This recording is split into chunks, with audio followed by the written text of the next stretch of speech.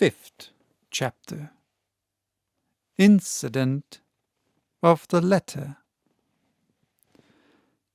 It was late in the afternoon when Mr. Utterson found his way to Dr. Jekyll's door, where he was at once admitted by Poole and carried down by the kitchen offices and across a yard which had once been a garden to the building which was indifferently known as the laboratory or dissecting rooms. The doctor had bought the house from the heirs of a celebrated surgeon, and his own tastes being rather chemical than anatomical, had changed the destination of the block at the bottom of the garden. It was the first time that the lawyer had been received in that part of his friend's quarters, and he eyed the dingy, windowless structure with curiosity, and gazed round with a distasteful sense of strangeness as he crossed the theatre, once crowded with eager students, and now lying gaunt and silent. The tables laden with chemical apparatus, the floor strewn with crates and littered with packing straw, and the light falling dimly through the foggy cupola. At the further end, a flight of stairs mounted to a door covered with red baize, and through this Mr. Utterson was at last received into the doctor's cabinet. It was a large room fitted round with glass presses, furnished, among other things, with a cheval-glass and a business table, and looking out upon the court by 3 dusty windows, barred with iron.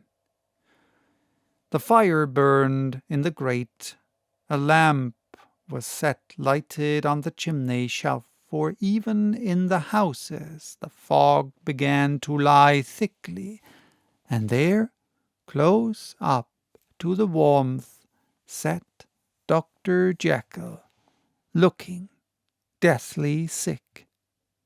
He did not rise to meet his visitor, but held out a cold hand and bade him welcome in a changed voice. "And now," said Mr. Utterson, as soon as Poole had left them, "you have heard the news?" The doctor shuddered. "They were crying it in the square," he said. "I heard them in my dining-room." "One word," said the lawyer. "Carew was my client, but so are you. And I want to know what I am doing. You have not been mad enough to hide this fellow?" "Utterson, I swear to God," cried the doctor, "I swear to God I will never set eyes on him again. I bind my honour to you that I am done with him in this world.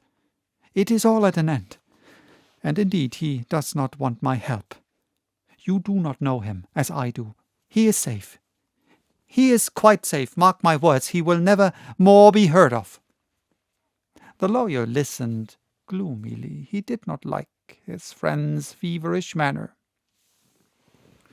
"You seem pretty sure of him," said he, "and for your sake I hope you may be right. If it came to a trial, your name might appear." "I am quite sure of him," replied Jekyll. "I have grounds for certainty that I cannot share with anyone. But there's one thing on which you may advise me. I have received a letter, and I am at a loss whether I should show it to the police. I should like to leave it in your hands, Utterson. You would judge wisely, I am sure. I have so great a trust in you." "You fear, I suppose, that it might lead to his detection?" asked the lawyer. "No," said the other. "I cannot say that I care what becomes of Hyde. I am quite done with him. I was thinking of my own character, which this hateful business has rather exposed. Utterson ruminated a while. He was surprised at his friend's selfishness, and yet relieved by it. "Well," said he at last, "let me see the letter." The letter was written in an odd, upright hand and signed Edward Hyde, and it signified, briefly enough, that the writer's benefactor, Dr. Jekyll, whom he had long so unworthily repaid for 1,000 generosities, need labour under no alarm for his safety, as he had means of escape on which he placed a sure dependence. The lawyer liked this letter well enough. It put a better colour on the intimacy than he had looked for, and he blamed himself for some of his past suspicions. "Have you the envelope?" he asked. "I burned it," replied Jekyll, "before I thought what it was about, but it bore no postmark. The note was handed in." "Shall I keep this, and sleep upon it?" asked Utterson. "I wish you to judge for me entirely," was the reply. "I have lost confidence in myself." "Well, I shall consider," returned the lawyer. "And now, one word more. It was Hyde who dictated the terms in your will about that disappearance?"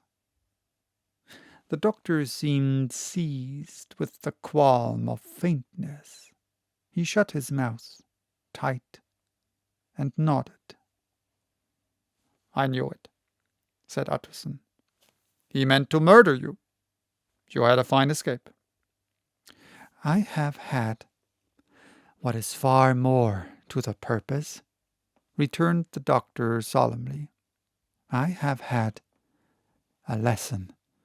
O God, Utterson, what a lesson I have had!" And he covered his face for a moment with his hands. On his way out, the lawyer stopped and had a word or two with Poole. "By the by," said he, "there was a letter handed in today. What was the messenger like?" But Poole was positive nothing had come except by post. "And only circulars by that," he added.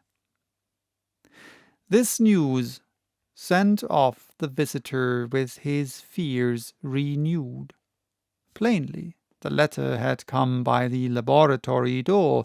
Possibly, indeed, it had been written in the cabinet, and if that were so, it must be differently judged and handled with the more caution. The newsboys, as he went, were crying themselves hoarse along the footways. "Special edition! Shocking murder of an MP!" That was the funeral oration of one friend and client, and he could not help a certain apprehension lest the good name of another should be sucked down in the eddy of the scandal. It was, at least, a ticklish decision that he had to make, and self-reliant as he was by habit, he began to cherish a longing for advice. It was not to be had directly, but perhaps he thought it might be finished for.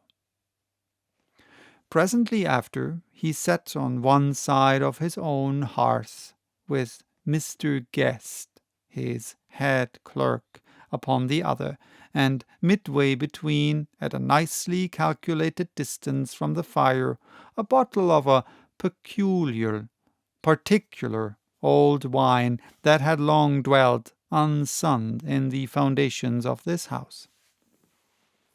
The fog still slept on the wing above the drowned city, where the lamps glimmered like carbuncles, and through the muffle and smother of these fallen clouds the procession of the town's life was still rolling in through the great arteries with a sound as of a mighty wind. But the room was gay with firelight. In the bottle the acids were long ago resolved.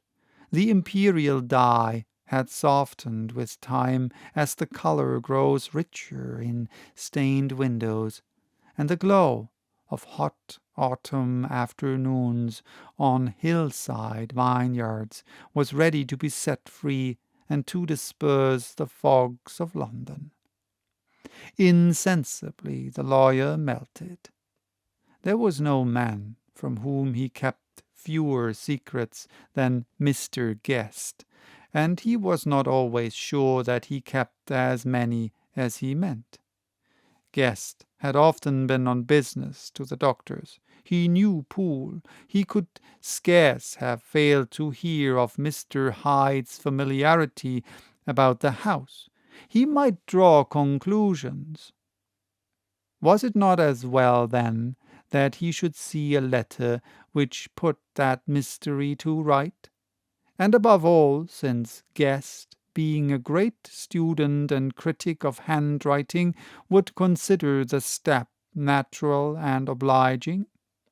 The clerk, besides, was a man of counsel. He could scarce read so strange a document without dropping a remark, and by that remark Mr. Utterson might shape his future course. "This is a sad business about Sir Danvers," he said. "Yes, sir, indeed. It has elicited a great deal of public feeling," returned Guest. "The man, of course, was mad." "I should like to hear your view on that," replied Utterson. "I have a document here in his handwriting. It is between ourselves, for I scarce know what to do about it. It is an ugly business, at the best. But there it is, quite in your way. A murderous autograph." Guest's eyes brightened, and he sat down at once and studied it with passion. "No, sir," he said, "not mad, but it is an odd hand. And by all accounts, a very odd writer," added the lawyer. Just then the servant entered with a note. "Is that from Dr. Jekyll, sir?" inquired the clerk. "I thought I knew the writing. Anything private, Mr. Utterson?" "Only an invitation to dinner. Why? Do you want to see it?" "One moment. I thank you, sir." And the clerk laid the 2 sheets of paper alongside and sedulously compared their contents. "Thank you, sir," he said at last, returning both. "It's a very interesting autograph." There was a pause, during which Mr. Utterson struggled with himself. "Why did you compare them, Guest?" he inquired suddenly. "Well, sir," returned the clerk, "there's a rather singular resemblance. The 2 hands are in many points identical, only differently sloped. Rather quaint." "It is, as you say, rather quaint," returned Guest. "I wouldn't speak of this note, you know," said the master. "No, sir," said the clerk. "I understand." But no sooner was Mr. Utterson alone that night than he locked the note into his safe, where it reposed from that time forward. "What?" he thought. "Henry Jekyll, forge for a murderer." And his blood ran cold in his veins. So, I'm sorry. That's for today. Bye-bye till next time with the next chapter titled Incident of Dr. Lanyon.